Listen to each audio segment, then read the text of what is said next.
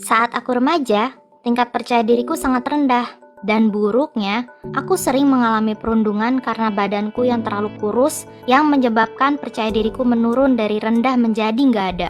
Aku sering melihat gadis-gadis cantik berjalan dan mengobrol dengan anak lelaki di lorong sekolah. Apa yang harus lakukan untuk ada di posisi mereka? Aku begitu iri, karena aku nggak bisa mendapatkan perhatian dari anak lelaki seperti mereka dan nggak yakin bagaimana caranya agar ada yang suka denganku. Kemudian, aku bertemu Brand. Brand mulai jalan bareng denganku di lorong dan bantu membawa barang-barangku. Sebelumnya nggak pernah ada yang berbuat ini padaku, dan aku sendiri nggak ngerti kenapa dia begitu. Maksudku, dia tinggi, ganteng, dan humoris. Dia bisa aja dapetin siapapun yang dia mau. Aku mulai suka sama dia, karena nggak pernah ada anak lelaki yang perhatian sama aku.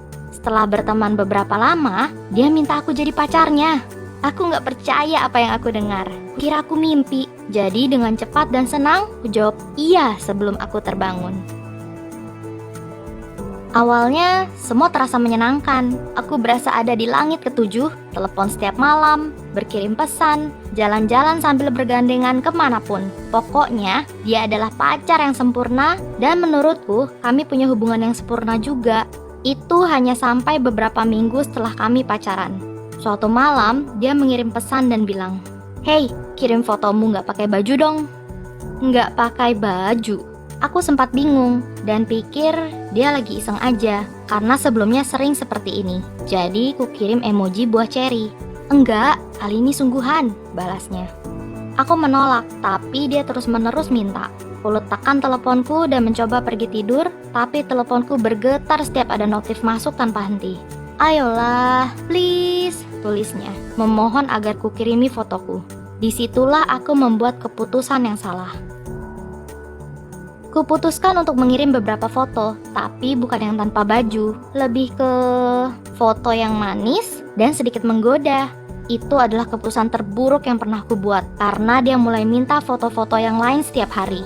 Semakin banyak yang dia dapat, dia semakin minta yang lain, dan menekanku ke situasi di mana aku mulai gak nyaman.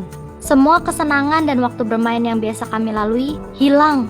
Sekarang semua tentang foto-foto itu atau meraba-raba, dan aku muak dengan itu semua. Dia akan menyentuhku di tempat aku tidak ingin disentuh, dan lanjut minta foto-foto lagi dan lagi. Sampai akhirnya aku udah gak tahan, dan memutuskan untuk putus hubungan dengannya. Suatu hari, aku cek teleponku dan dia posting beberapa gambar seperti matanya berair di sosial media dengan keterangan pecundang besar. Sekarang pergelangan tanganku adalah papan irisanku. Gak lama, beberapa temannya mulai mengirim pesan padaku dan menghinaku. Aku kaget dan dipenuhi rasa bersalah.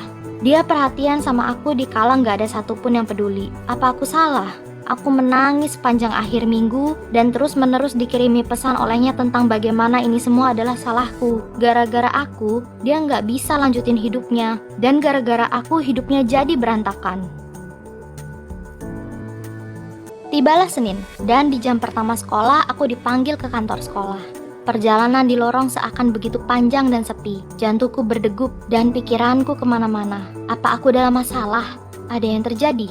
Saat aku duduk, konselor sekolah bilang dia dengar tentang Brand yang ingin menyakiti dirinya sendiri. Seseorang memberitahunya agar aku terkena masalah. Aku menangis dan mulai meminta maaf pada konselorku. Aku begitu takut, belum pernah ada masalah dengan sekolah sebelumnya, dan aku nggak tahu apa yang akan terjadi selanjutnya.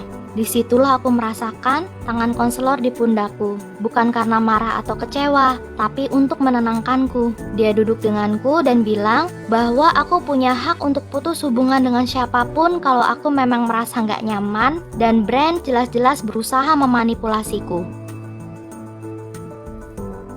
Akhir minggu kemarin setelah meragukan diriku sendiri, sedih dan khawatir hilang saat itu juga, dan aku diyakinkan bahwa tindakanku sudah tepat.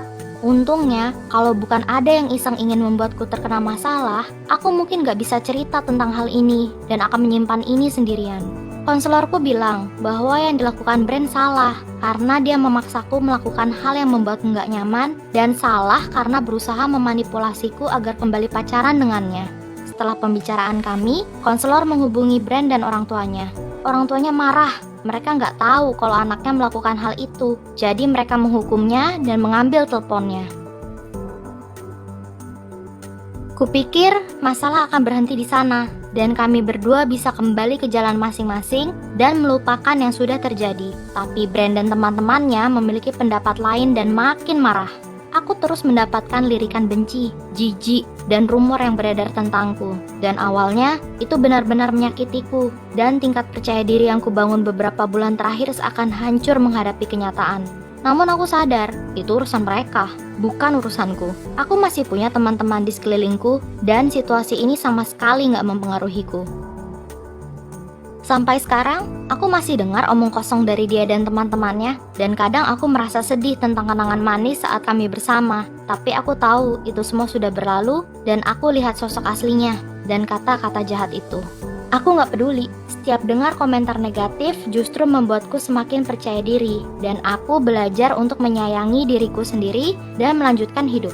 Aku masih menyesal memberikan Brand apa yang dia mau hanya untuk membuatnya senang, walaupun aku merasa nggak nyaman. Tapi pengalaman ini mengajariku banyak hal dan membuatku semakin kuat pada akhirnya. Yang kupelajari di sini adalah, kalau kamu merasa nggak nyaman melakukan sesuatu, jangan lakukan itu hanya untuk menyenangkan orang lain. Jangan pernah merasa itu semua salahmu tanpa berpikir lagi, dan kalau ada hal yang terlanjur menjadi buruk, cari dan bicarakan dengan seseorang untuk mendapatkan masukan. Aku cukup beruntung dan terpaksa menceritakannya pada seseorang, tapi aku berharap bisa menceritakannya lebih awal. Belajarlah untuk menyayangi dirimu sendiri dan lakukan apa yang menurutmu benar dan tentunya yang membuat kamu senang. Kamu sangat penting, dan kalau kamu menyadari arti dan nilaimu yang luar biasa, semua kebencian yang ditujukan ke kamu gak akan mempan.